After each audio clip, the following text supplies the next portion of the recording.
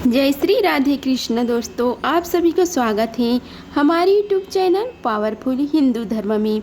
आज हम आप सभी को श्री ज्येष्ठ महात्मा की कथा अध्याय 1 का रसपान कराएंगे। अगर आप सभी हमारे वीडियो को पहली बार देख रहे हैं तो वीडियो को लाइक कीजिए, चैनल को सब्सक्राइब कीजिए ताकि आने वाली वीडियो की नोटिफिकेशन आप सभी को मिलती रहे। आइए रसपान करते हैं ज्येष्ठ मास की कथा अध्याय 1 का। ज्येष्ठ मास की कथा को प्रतिदिन स्नान करके श्रद्धा पूर्वक भक्ति भाव से श्री हरि विष्णु की नाम लेकर इस कथा का प्रतिदिन पाठ करना चाहिए तथा श्रवण करना चाहिए। प्रतिदिन मैं ज्येष्ठ मास की महात्मा की कथा का रसपान आप सभी को कराऊंगी। आइए रसपान कहते हैं ज्येष्ठ मास की महात्मा कथा अध्याय 1 का। रसपान कीजिए ज्येष्ठ मास की कथा जलदान की महात्मा का। एक बार ऋषियों की सभा में सभी ऋषि एक स्वर में स्कंद जी से बोले कि हे षडासन, हम लोगों ने विस्तार पूर्वक वैशाख मास का महात्मा की भली प्रकार से कथा सुना, परंतु फिर भी मन की तृप्ति नहीं हुई है। इसलिए सबको संतुष्ट कर देने वाले ज्येष्ठ मास की महत्व को कृपा करके कहिए, जिसके द्वारा सुनने वाले के पाप नाश हो। इस ज्येष्ठ मास का देवता कौन है, इसके सेवन से क्या फल प्राप्त होता है तथा इसके सेवन की विधि क्या है, यह वार्ता हमसे कहिए। स्कंद जी ऋषियों से कहने लगे कि आप लोगों ने लोकोपकार के लिए अत्यंत उचित प्रश्न किया है। मैं आप लोगों से ज्येष्ठ मास की महात्मा को कहता हूँ। जिस प्रकार सब लोग देवताओं से श्री विष्णु भगवान बड़े हैं, प्रशंसा के पात्र हैं और पूजा के पालन करता है, उसी तरह यह ज्येष्ठ मास के सब दिन श्रेष्ठ है और पर्व के समान है।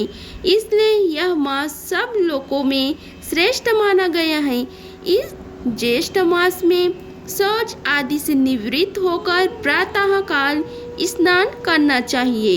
जिस प्रकार दशवमेध तीर्थ में स्नान, गंगा स्नान लोगों को पवित्र करती है, समस्त पापों को नाश करने के लिए ज्येष्ठ मास में स्नान कर और दशवमेधेश्वर का दर्शन करें तो स्नान करता फिर दूसरी बार जन्म नहीं लेता। इस ज्येष्ठ मास के दिवस पुण्यात्मा और धर्मयुक्त हैं। जिस ज्येष्ठ मास में पाप नाशनी और सुंदर स्रोत वाहिनी गंगा अवतरित हुई है, उस जल पूर्ण घाट दान, जल दान, ताल पत्र दान, चंदन दान, छत्र दान और जूता दान भगवान त्रिविक्रम के पितार्थ करना चाहिए।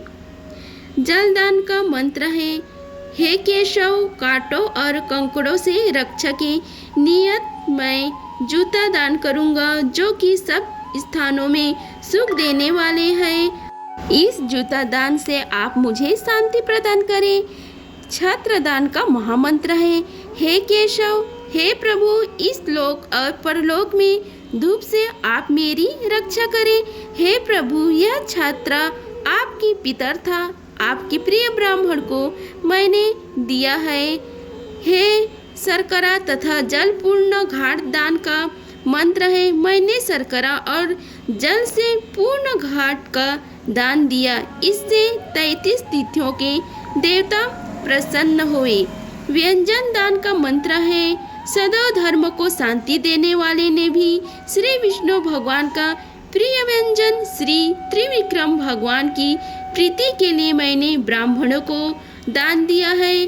चंदन दान का मंत्र है, यह कपूर खस से युक्त चंदन सुंदर और रुचिकर है, इसका मैं दान करता हूँ।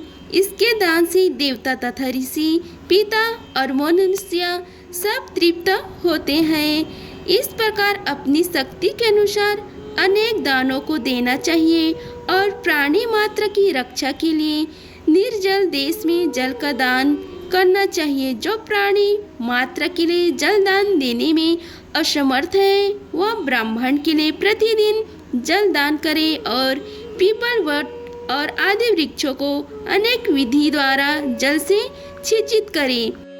जल दान से अधिक श्रेष्ठ दान न हुआ है न होगा, इसलिए सब उपायों से जल दान का विधान विशेष कहा है।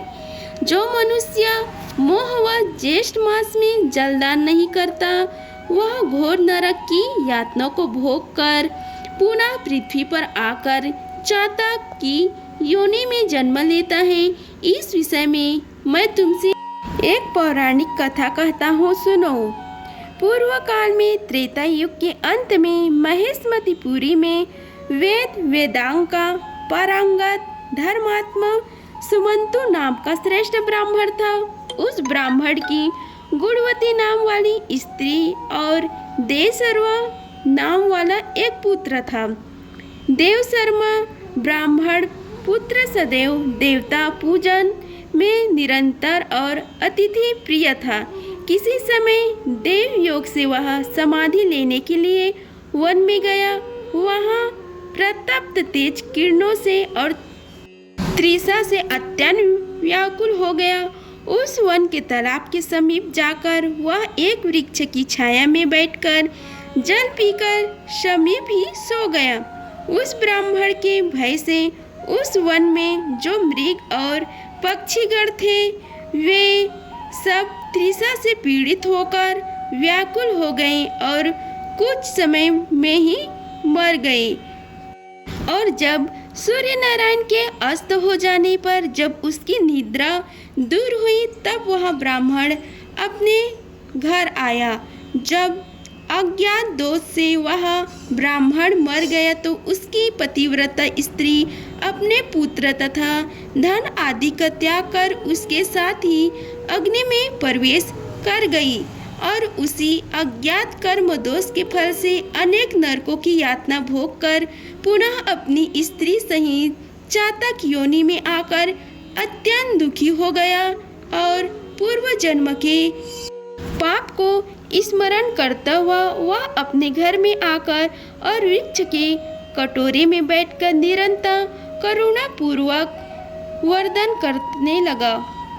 उसके रुदन को सुनकर उसके पुत्र ने अनेक बार उनसे मना किया पर वह उस वृक्ष के कोठरे में नहीं निकला। तब क्रोधित होकर उसके पुत्र ने उस वृक्ष के कटोरे में आग लगा दी।